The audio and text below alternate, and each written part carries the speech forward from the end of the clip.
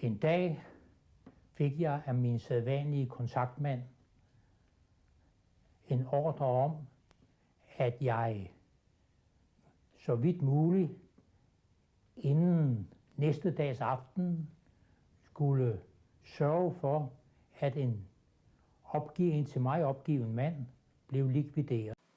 Definitionen på en stikker er for gammel tid en betegnelse for en forbryder, som mod betaling, strafnedsættelse eller fordel af anden art angiver forbrydere og forbrydelser til myndighederne. Der blev under besættelsen likvideret omkring 400 danske stikkere. Efterhånden igennem besættelsen opstod der professionelle likvideringsgrupper, herunder blandt andet BOPA og Holger Danske, hvorfra de mest kendte personer er Flammen og Citronen. Fra tyskernes side blev stikkerdrabene gengældt med clearingmord. Op mod 250 danskere blev dræbt som hævn på stikkerdrabene. Der var primært 3 grunde til, at folk blev stikkere: penge, nazister, nazisympatisører, mens en helt tredje gruppe blev stikkere for spændingens skyld.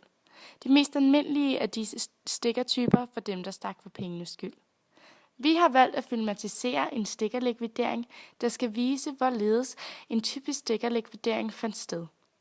Først vil vi vise vores stikker, der giver information til en tysk officer. Derefter viser vi selve stikkerlikvideringen.